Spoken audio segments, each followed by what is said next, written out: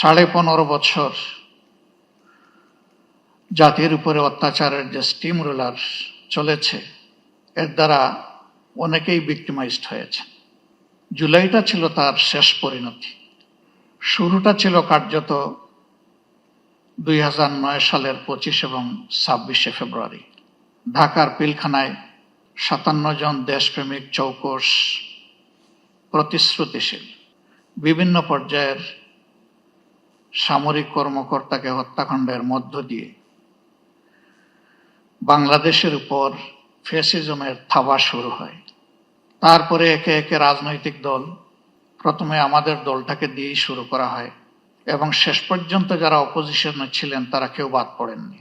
শুধু রাজনৈতিক দল নয়, এদেশের আলেম সমাজ, সাংবাদিক সমাজ, বুদ্ধিজীবী সমাজ, ব্যবসায়ীরা কেউই কিন্তু ফ্যাসিবাদের থাবা থেকে বাদ পড়েননি। অনেক সাংবাদিকের জীবনও চলে গিয়েছে, আবার কাউকে কাউকে জেলের ভাত খেতে হয়েছে। এমনকি হিউম্যান রাইটস নিয়ে যারা কাজ করেন তাদেরকেও সত্য কথা বলার জন্য জেলে থাকতে হয়েছে। এর পাশাপাশি নতুন আর একটা সংস্কৃতি বাংলাদেশ দেখেছে, যেটাকে বলা হয়েছে আয়নাঘর। এ সংস্কৃতি এর আগে বাংলাদেশ কখনো দেখেনি এবং ব্যক্তিগতভাবে আমি নিজেও তার সাক্ষী। শেষবার 22/12 ডিসেম্বর যখন আমাকে গ্রেফতার করা হয়, যে জায়গাটায় আমাকে রাখা হয়েছিল, এমন কিছু মানুষ, কিছু মুখ আমি দেখতে পেয়েছিলাম যাদের মুখে বিষণ্ণতার প্রচন্ড ছাপ। পরবর্তী পর্যায়ে জেলে যখন গিয়েছি তখন সেই মানুষগুলা কেউ কেউ এগিয়ে এসে বলেছে, আমরা ওই দিন ওই রাতে অমুক জায়গায় আপনাকে দেখেছি। জিজ্ঞেস করেছিলাম, আপনি কোথায় ছিলেন? বলে যে আমি ওখানেই ছিলাম। কত সময় ছিলেন? হাসতে হাসতে বলে, কত সময় নয়, ঘন্টা নয়, দিন নয়, মাস নয়, আমাকে জিজ্ঞেস করুন আমি কয় বছর ছিলাম। অথচ আমাদের আইনে স্পষ্টভাবে ডিরেকশন দেয়া আছে, কাউকে গ্রেফতারের 24 ঘন্টার ভিতরে অবশ্যই তাকে আদালতে তুলতে হবে। কিন্তু না, তারা আদালতের মুখ দেখেননি। তারা জানেন না তাদের পরিবার পরিজন কে কিভাবে আছে, পরিবার জানে না তারা আদৌ বেঁচে আছে কিনা। আমি সকল আয়নাঘর দেখিনি। আমি যেটা দেখেছি, আমি বুঝতে পেরেছি এটি মধ্যম মানের, এটি চরম নিকৃষ্ট মানের নয়। সেই জায়গাগুলোতে কি হয়েছে সে কাহিনী যারা ভুক্তভোগী তারাই ভালো বলতে পারবেন। রাজনৈতিক দলগুলো নিজেদের অবস্থান থেকে বারবার তার প্রতিবাদ জানিয়েছে, কিন্তু তার প্রতিকার আমরা পাইনি, করতে পারিনি। শেষ পর্যন্ত আমাদের যুব সমাজের অতি ছোট্ট এবং সাধারণ একটি দাবিকে নিয়েই তারা রাস্তায় নেমেছিল। অতীতের মতো একই খান্দায় একইভাবে তাদের সেই দাবিকে স্তব্ধ করে দেওয়ার জন্য চেষ্টা করা হয়েছিল। 15 জুলাই রাতে ঢাকা বিশ্ববিদ্যালয়ে যা ঘটেছে, বিশ্ববিদ্যালয়ের ইতিহাসে এটি ছিল আনপ্রেসিডেন্টেড। এর আগে তার কোনো উদাহরণ ছিল না। রাজনৈতিক কর্মীদেরকে লেলিয়ে দেওয়া হয়েছিল, তারা একই সাথে আঘাত করেছে ছেলেদেরকে, আমাদের মেয়েদেরকেও বাদ দেয়নি। কার্যত এই মুভমেন্টটা এখান থেকেই মোমেন্টাম পেয়েছিল। এরপরে একে একে আবু সঈদের হত্যাকাণ্ড এবং বাকি হত্যাকাণ্ডগুলো শেষ পর্যন্ত জুলুমের অবসান করতে সক্ষম হয়েছে। আমি জাতিসংঘের ফ্যাক্ট ফাইন্ডিং কমিটিকে আমার দল এবং বাংলাদেশের মজলুম জনগণের পক্ষ থেকে ধন্যবাদ জ্ঞাপন করি। তারা স্বল্পতম সময়ে এগিয়ে এসেছেন এবং বাস্তবতা তারা তুলে আনার চেষ্টা করেছেন। কিন্তু তারা যেটুকু এনেছেন এটা আংশিক মাত্র, এটি পূর্ণাঙ্গ নয়। তার বাইরেও জুলুমের বিস্তর ক্ষেত্র রয়ে গেছে। আশার দিক, নতুন সরকার গঠিত হয়েছে ফ্যাসিজমের পতনের প্রেক্ষাপটে। বিচারের জন্য ট্রাইব্যুনাল গঠন হয়েছে, বিচারক নিয়োগ হয়েছে, তদন্তকারী সংস্থা হয়েছে, প্রসিকিউশনও নিয়োগ হয়েছে। কিন্তু এটি সত্য, এখন 1 বছর ছুঁই ছুঁই, এ সময়ের ভিতরে কিন্তু বিচার এখনো দৃশ্যমান হয়নি। আমরা বিশ্বাস করি এই প্রক্রিয়ার সাথে যারা সম্পৃক্ত তারা তাদের সর্বোচ্চটা দিয়ে চেষ্টা করছেন, সরকারের কাছে আমাদের অনুরোধ, এই এফোর্ট কি যথেষ্ট, নাকি এই জায়গায় আরো কিছু করার আছে? যদি আরো কিছু করার থাকে সেটিই তো করা উচিত। সারা বাংলাদেশে আমার মতো আপনারা অনেকে ঘুরেন, সব জায়গায় তো কান্নার রোল। কেউ আপনজন হারিয়ে, আর কেউ নিজেকে হারিয়ে। আপনজন হারানোর বেদনা আমরা বুঝি, কিন্তু যারা নিজেকে হারিয়ে বসেছেন, এই যে ছেলেটাকে দেখানো হলো, শুধু দুটো চোখ না থাকার কারণে গোটা বিশ্ব তার জন্য অন্ধকার। সে কি একা? আমাদের হিসাব মতো এই সংখ্যাটা 500-র কাছাকাছি যারা চোখ হারিয়েছে, হাত পা হারিয়ে, মেরুদণ্ডে আঘাত পেয়ে, বুলেট বিদ্ধ হয়ে হাসপাতালের বিছানায় কিংবা নিজের বাড়িতে পড়ে প্যারালাইজ হয়ে কাতরাচ্ছে। এই সংখ্যাটা 250-র উপরে যারা বিছানায় পড়ে আছে। আর যারা জীবন্ত লাশ হয়ে ঘুরছে, সেই সংখ্যাও 5000 কম নয়।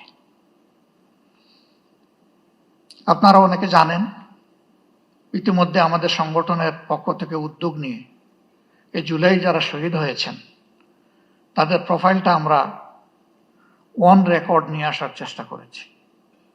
শতভাগ নিশ্চিত না হয়ে আমরা একটা নামও সেখানে যোগ করিনি। আমাদের এই প্রক্রিয়া অব্যাহত আছে, এটাকে আমরা ক্লোজ করিনি।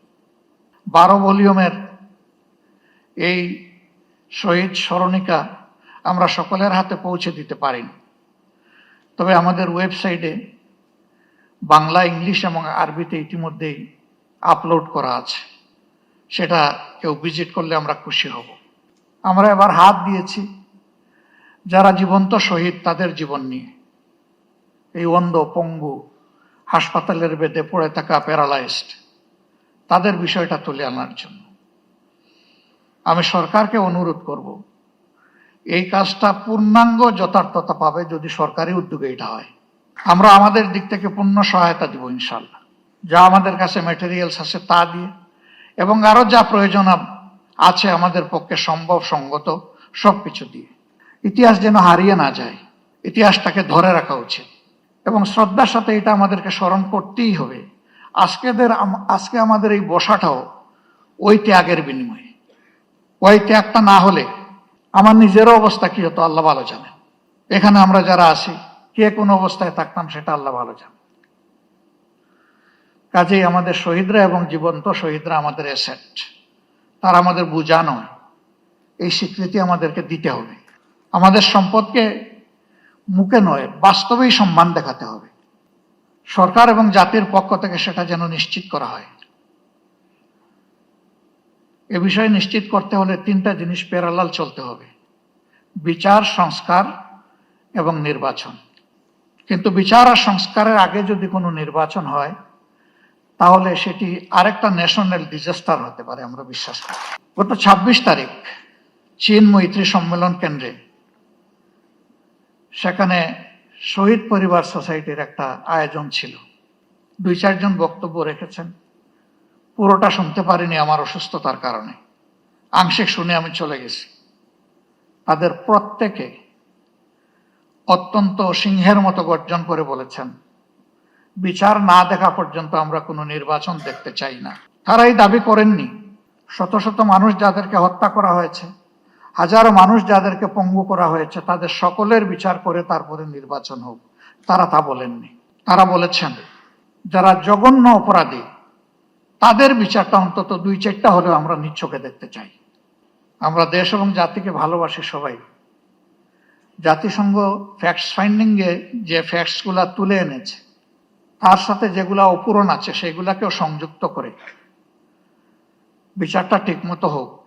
তবে আমি অত্যন্ত দৃঢ়তার সাথে বলবো যে অবিচার আমাদের উপর করা হয়েছে, দল হিসাবে আমাদের নেতৃবৃন্দকে খুন করা হয়েছে বিচারিক আদালতে। এ ধরনের কোনো বিচারও দেখতে চাই না। বিচারটা যেন শতভাগ ট্রান্সপারেন্ট এবং ন্যায্যতার ভিত্তিতে হয়। এবং পার্সোনালি আমি বিশ্বাস করি, ন্যায় বিচার প্রতিষ্ঠিত হলে কোনো অপরাধী পার পাবে না ইনশাআল্লাহ। যারা মানুষ খুন করেছে তারা তাদের ন্যায্য পাওনাটা বুঝে পাবে, এবং বিচারহীনতার অথবা বিচারকে ধামা চাপা দেওয়ার যে সংস্কৃতি, সেটা দূর হবে। আমরা আমাদের দলের পক্ষ থেকে প্রতিশ্রুতি দিচ্ছি, এই প্রক্রিয়ায় আমাদের পূর্ণ সমর্থন এবং সহযোগিতা থাকবে। জনগণের ম্যান্ডেটের ভিত্তিতে আমরা সরকার পরিচালনা করার সুযোগ পাই অথবা আমরা বিরোধী দলে থাকি, এ বিষয়ে আমাদের ভূমিকা হবে স্পষ্ট, ন্যায্য এবং অকুতভয়। আমরা কাউকে পরোয়া করে কোনো কিছু বলবো না, করবো না। ভয় করব শুধু আল্লাহ তাআলাকে। দায়বদ্ধ থাকবো প্রথমে নিজের বিবেকের কাছে, তারপরে দেশবাসীর কাছে। অন্যান্য দলের পক্ষ থেকে একই প্রতিশ্রুতি আসুক তা আমি প্রত্যাশা করি। কেউ না কেউ তো আগামীর সরকার চালাবে, তাহলে যারাই চালাক তারা যেন জাতির এই আমানত রক্ষা করে, আমরা যেন বিশ্বাসঘাতক না হই। আল্লাহ রাব্বুল আলামিন এই ন্যায় বিচার কায়েমের পথে আমাদের সরকার এবং জুডিশিয়ারি দুইটাকে আপোষহীন পথ চলার তৌফিক দান করুন।